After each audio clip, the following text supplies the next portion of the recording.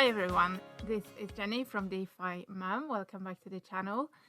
So today we are just going to talk a little bit about yield farming. If you are new and anything like me, you might be wondering a bit about what yield farming actually is, what it means. So thankfully I've got my husband here to explain it to us. Hello. Hello. So we went straight into Compound and supplied some money there, and that's one way of yield farming. Is that right? Yes, so what we're looking at here, this is the interface for Compound, which is one of the big DeFi dApps. And in Compound, you can supply, as you can see, the supply side here. So you can put in any of these tokens. So if you have any of these tokens, you can lock them into Compound, and you can see there's an interest rate. This goes kind of up or down depending on the supply side, sorry, the borrow side. So we're putting some value into Compound, and then other people are coming along and borrowing those tokens. Because what happens is, in this case, we've put in a very small amount, 14 and a half ish, or 14.58 DAI is what we've locked into the system. And actually, we've been given this special token called Compound Dice, called C DAI. So our DAI, we've got the Compound DAI that is going up slowly. And then the DAI is now in the Compound system, and so someone else can come along and borrow our DAI. So that's what's happening on the other side. And obviously, Compound, for it financially to work, Compound is lending its DAI at the moment at 7.35%, and we're getting 5.12% of that. And obviously, the difference is what Compound as a dApp is making. So that's pretty straightforward. I mean, that is very much like a bank account, but like really. Earning interest. Yeah. So that's the interest bit. So what's the yield farming bit? Good question. So yield farming is basically a term that was invented in the summer of 2020 when DeFi dApps like Compound invented their own token. So the Compound token, you can see here, is Compound. It's actually called Comp, C-O-M-P. And if you use Compound at all, so if you're supplying on this side, and in order to borrow, you have to supply as well. So if you're supplying and borrowing, you get more. But anytime you're interacting with Compound, you get this comp. So any transaction you're doing between tokens, and you get there's kind of like a bonus. I mean, there's different ways of thinking about it. It's kind of like a kind of incentivization. It's kind of like a bonus kind of scheme.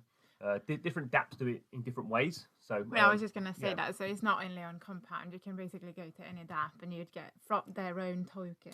No, yeah. So any dApp that has its own token usually gives some of that token away, because that you can think of that as kind of free money. They've like invented their own money, and they obviously design how that money works. But typically, what happens is they invent that money and then they give it away to people to encourage them to use their dApp and not someone else's dApp. So if you're if you're really into this stuff, you basically go, well, I can get how much value can I get on DAI in Compound, and how much comp can I get, which we'll go into, or could I put it in another DeFi dApp? Could I earn more there? So it becomes a kind of competitive incentivization. So a certain periods of time you can earn a lot through yield farming. Obviously, when it's all a little bit depends on the token value, because the token value obviously goes up or down often with the price of ETH as well. So and then if you got a very small amount, as we do, then gas fees will probably eat up all of that. So what we're doing at the moment is very much experimentation. We're not worrying about making money. We're going to lose money because we put under $15 in, and our gas fees were probably about $10. I can't remember exactly, but and the gas fees is that any time you do something on the Ethereum blockchain, this is running on the Ethereum blockchain Compound, then you pay a fee to get your data, get your transactions stored into the block. So what's interesting here though is you can kind of even with these very small values, you can kind of see the power of yield farming. So you can see here in DAI, so this is our rate of effectively our interest rate is 5.12%. This goes up and down depending on supply, but we can see here at the top it says our net APY is actually 10.05. So obviously that's a lot more than the DAI we're getting. Yeah. And as you can see here, when you just roll over it, the difference between the interest earned and what we're getting is this comp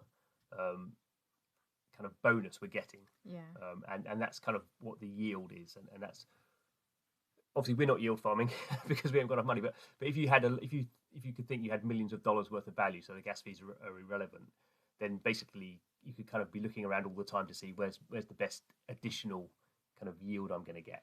And people who were in that situation were moving their money around a lot, particularly last summer, to kind of farm the biggest yield. That's kind of where the term came about. Would you say is that what most people do? They kind of look around all the time and keep moving the money. You don't go in for this sort of thinking long term. I'm gonna leave it here, and I'm gonna kind of No. just to kind of No, I mean a lot of people, term. at the moment because blockchain crypto is still quite new. The people who are into it are quite they're interested in the technology for one thing, and they're very interested in increasing the amount of crypto they've got. So they were very, very active last summer in moving their money around, and you started to see these some actual kind of bots almost, or actual applications where you could lock your money into the application and it would go out and find the best yield for you. So it was happening like automatically. Yeah. Just so you can see here. So this is because in some ways it's interesting because we put basically the smallest amount of money you could put into compound, and it is actually showing here. So we can see here this is our comp balance. So in less than a week, I guess, even with like $15, we've actually earned. I mean, it's 0.0001. Yeah. So it's something. That's 1/10,000th Yeah. of a comp, and we can see here that this here $192.82. This is the price of the comp token. So, as with every cryptocurrency, people are buying and selling the comp token. Yeah. Because they think it's going to go up or down or usual sort of stuff. And we can see here our unclaimed balance is 0.0001. Now, the problem when you're doing it with these very small amounts is we don't get this comp token like given to us in our wallet.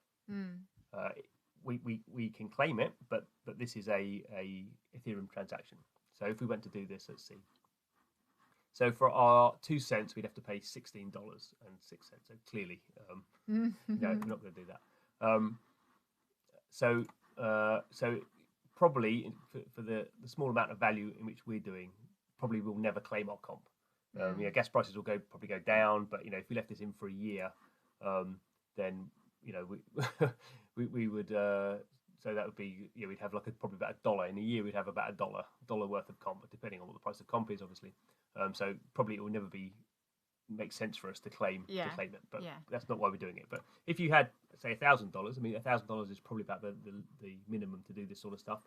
Not that you should be putting $1,000 into this because that's obviously a reasonable amount of money. But if if you're experimenting with this stuff and you get kind of more comfortable with it and you can lose $1,000 because obviously all this stuff can go wrong, you can kind of start to get a feel of how these things kind of operate. And so is that the only way of doing yield farming and earning, or is that the only definition of yield farming, or is like staking and all those other things you can do to earn, that's also called yield farming? Not really, no. So if you're staking, the staking mechanic, it works differently from this sort of interest rate, but staking is kind of more like an interest rate. Right. So with staking, you stake. There's lots of different ways of staking, but basically you stake. Basically staking just means you lock your tokens into a contract, and what happens there is you get your tokens back at the end, and then you get some extra of the tokens you put in. Yeah, right. So yield farming is different because you're getting the yield token bit is you're getting a different token. Yeah. So you're getting your interest rate in the token you put in our case DAI, but you're also getting the native token of whatever DApp you're in this case comp, or it could be in another DApp it would be a different sort of token. So, so that's kind of kind of like the different thing. So it is quite a powerful mechanic, and it is being used a lot now in blockchain. It's now seen as a something that a good DeFi DApp, a popular DeFi DApp would have some sort of element of yield farming in there. So is this something you'd say like massively increasing and gonna keep growing, or is it going to be history at the end of the year? No.